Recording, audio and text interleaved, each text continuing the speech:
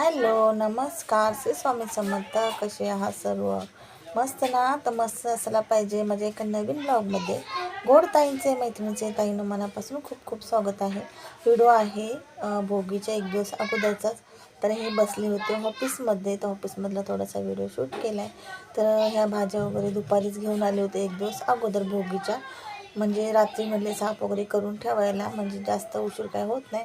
कारण भाज्या वगैरे सर्व साफ करायला खूप उशीर लागतो.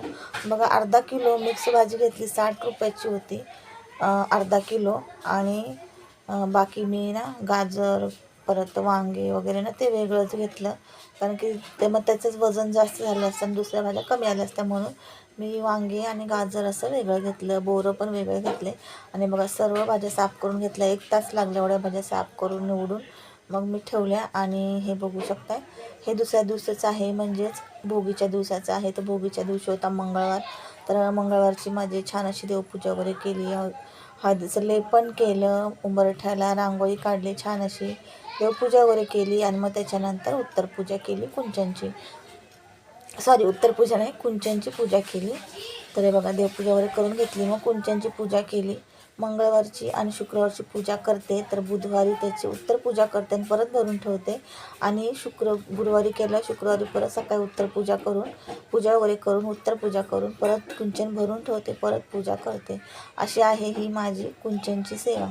तर इथं मंगळवार होता, भोगी पण होती आणि मंगळवार पण होता. तर सकाळी सगळी देवपूजा वगैरे जे आहे ते करून घेतलं, कुंचन भरून घेतला, कुंचनची छान सेवा केली, पूजाविधी केली. आणि बघा मस्त असं ना फुलं वगैरे पण त्यांना बोलले होते फुलं आणून द्या, पण गुलाबी ना खूप मोठेच भेटले, तर मग मोठाच गुलाब आणला होता. आणि छानपैकी पूजा केली सकाळीच. आणि संध्याकाळी मग अचानक ठरलं 4 वाजता दुपारी की बाहेर जायचं होतं दीदीला आणि मला शॉपिंगला थोडंसं ती. तर मग त्यासाठी गेलो 4ला, पण असं झालं की खूपच उशीर झाला आम्हाला. 9 वाजले येता येता. दुसऱ्या दिवशीचा पण सगळं म्हणजे संक्रांतीचं पण सगळं सामान वगैरे, परत मला साडी पण घ्यायची राहिली होती, साडी वगैरे घ्यायची होती. परत लगेच तिथंच ब्लाऊज आणि साडी फॉलबिनला द्यायची होती, म्हणजे सगळे कामं एकाच दिवसाला आले होते. त्यात ऑनलाईन पार्सल जे आले ते जाता वेळेससुद्धा पार्सल फोन आला अर्ध्यात पोचल्यावरती, मग ते जाता घेतलं. येता वेळेससुद्धा अर्ध्यात पोचल्यावर फोन आला, मग ते येता वेळेस घेतलं. म्हणजे असं ना दिवस म्हणजे पूर्ण दिवस त्यातच गेला. आणि शॉपिंगलाही खूप उशीर झाला होता. आणि मग 9 वाजले आम्हाला घरी यायला. आणि भाजी तर अगोदरच मी साफ करून ठेवली होती, तर मग काय एवढं टेन्शन नाही, पण तरी पण भरपूर उशीर झाला. आणि मग स्वयंपाक वगैरे केला. आल्यावरती छोटा मी व्हिडिओच्या क्लिप काढल्या आहेत. भोगीची मिक्स भाजी केली, बाजरीच्या भाकरी केल्या तेल लावून. येता दळणसुद्धा घेऊन आले. भरपूर साऱ्या गोष्टी, म्हणजे दुसऱ्या दिवसाच्या तिळगुळ घेऊन आले. परत खूप साऱ्या गोष्टी ना एकदाच आणायचं म्हणलं का खूप मग. आणि मग तिळगुळ वगैरे घेऊन आले सगळं. परत अजून काय बोलतात आता विसरले बघा. दळण जे टाकलं होतं बाजरीचं ते सुद्धा मीच घेऊन आले येता वेळेस. आणि दीदी आणि मी सोबतच होतो. मग त्यामुळे जास्तच उशीर झाला सगळं.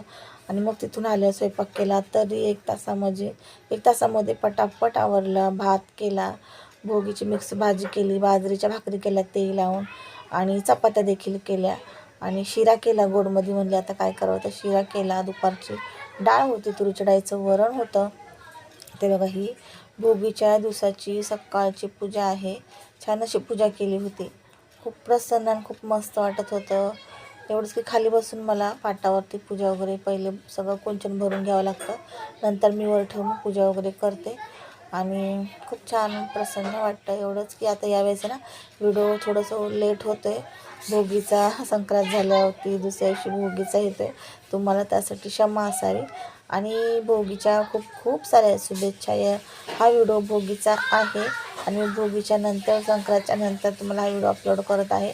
पण हा व्हिडिओ भोगीचा आहे म्हणून भोगीच्या खूप खूप साऱ्या तुम्हाला माझ्याकडून स्वामीमय अशा शुभेच्छा.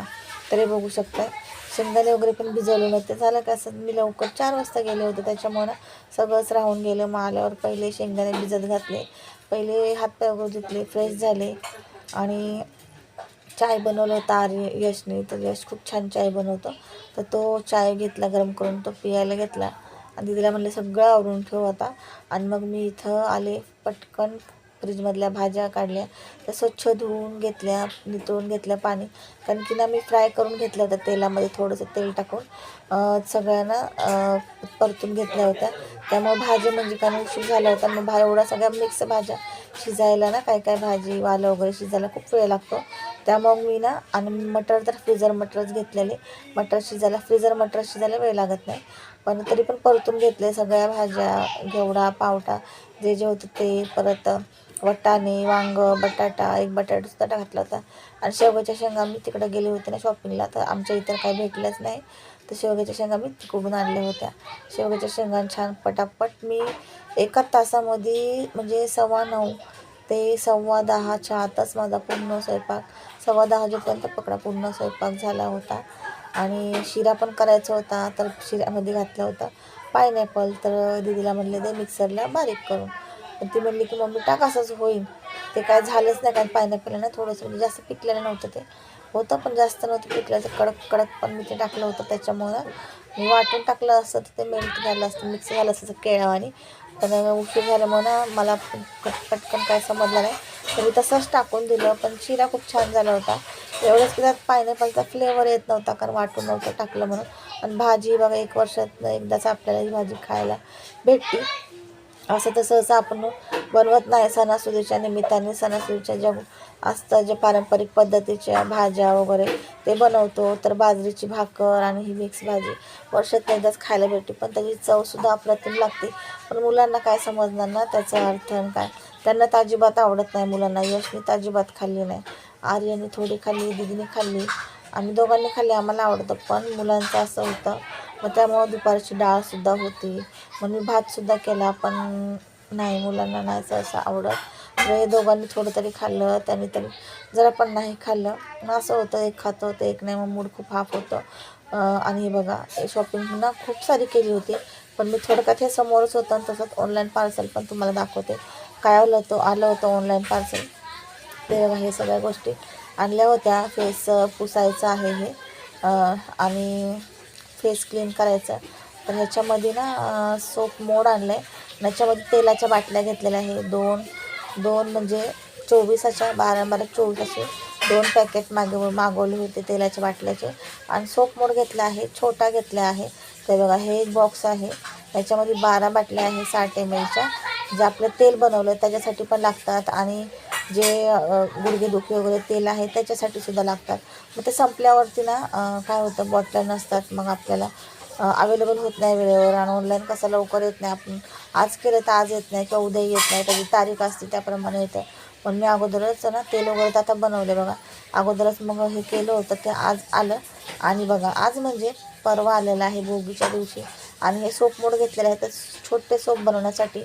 तर माझा प्लॅन काय आहे, छोटे सोप का घेतले, प्लॅन काय आहे, प्लॅन तर असे 2 असणार आहे. आपल्या बिझनेससाठी सुद्धा छोटे सोप ते कामा येणार आहे. पण अजून एक प्लॅन आहे, तो लवकरच तुम्हाला सांगेल कोणत्या व्हिडिओमध्ये, म्हणजे या महिन्याचाच प्लॅन आहे.